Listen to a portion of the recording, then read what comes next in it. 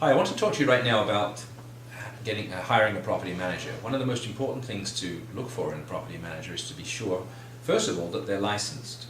We have a highly regulated industry in British Columbia for the consumer's protection. The provincial government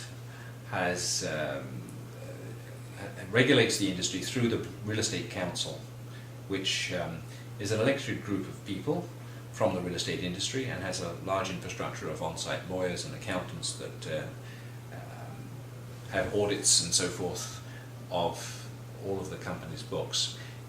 Our company, of course, is a licensed company. We are members of the Real Estate Board and are licensed by the Real Estate Council.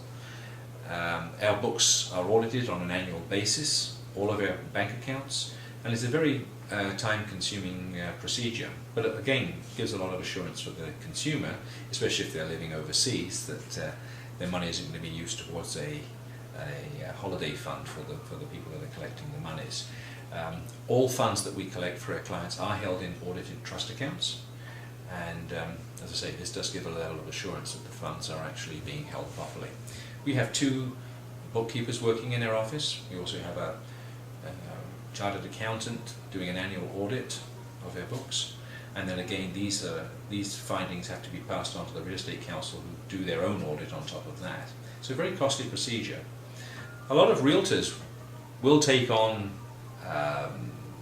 management roles for some of their clients.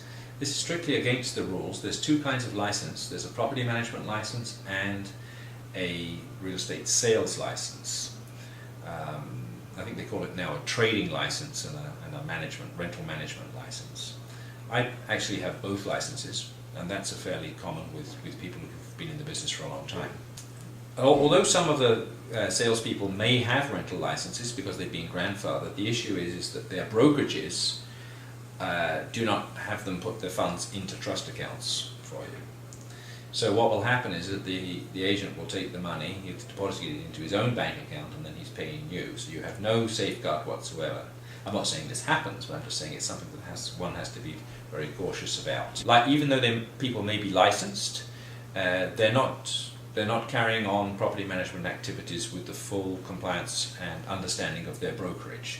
As a result, any funds that are taken for you are not being held in audited trust accounts, which is something that you may want to be quite concerned about. In the furnished sector, it's even more dangerous, because any rentals under 30 days are not considered covered by the Real Estate Act or any of these legislative bodies that I'm mentioning.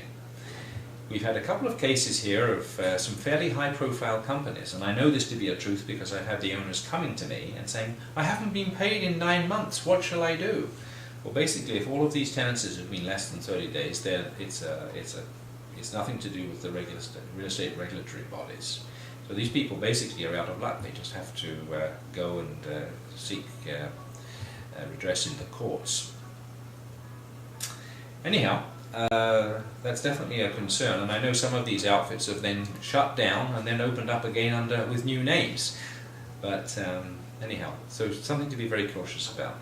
Make sure that your company is licensed, make sure that your agent is licensed as a property manager, and make sure that he's actually entitled to be carrying on those activities with his brokerage, and that they do have audited trust accounts to safeguard your funds.